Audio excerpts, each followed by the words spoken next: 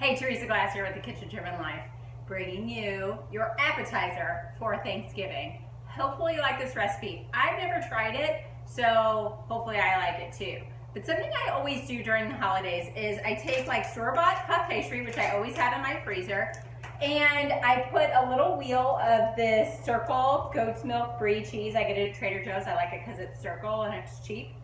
And I put that in the middle, and then I put some homemade jelly. We have a lot of patients in the office that bring us homemade jelly, and I love it. That you can use jalapeno, pomegranate, strawberry, raspberry, whatever you like. Put a little bit of jelly, wrap it up, cut a little bow out of your puff pastry, and bake it in the oven. And then when you cut into it, serve it with crackers. It's amazing. My family loves it. But I'm like, oh, I make that every year, so let's do something different. So, very similar ingredients, but a little bit different preparation. So what I've done is I've sliced up the goat's milk brie instead into little pieces like this.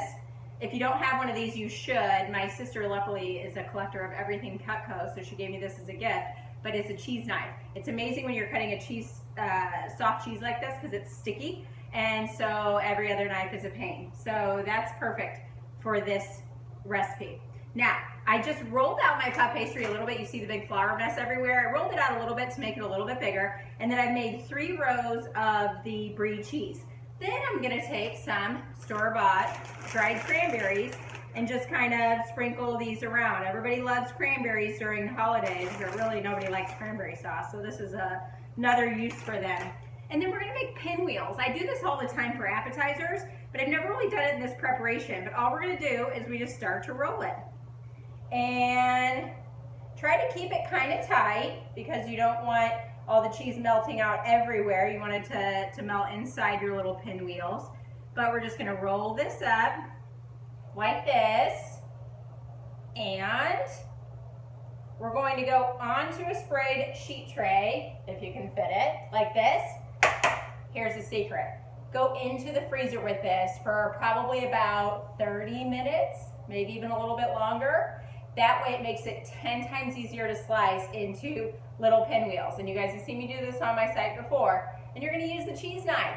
Nothing will get stuck to it, and it'll make nice, smooth little cuts. And then you're gonna place them on your baking sheet. They're not gonna rise a whole lot, so you can put them kind of close together. Follow the recipe on how long I'm gonna bake it. I never have exact times because I want to measure this for you guys because it's kind of a made up recipe. So keep tuned for how long and what temperature I'm going to bake them at. Probably 400 because that's usually what I bake puff pastry at.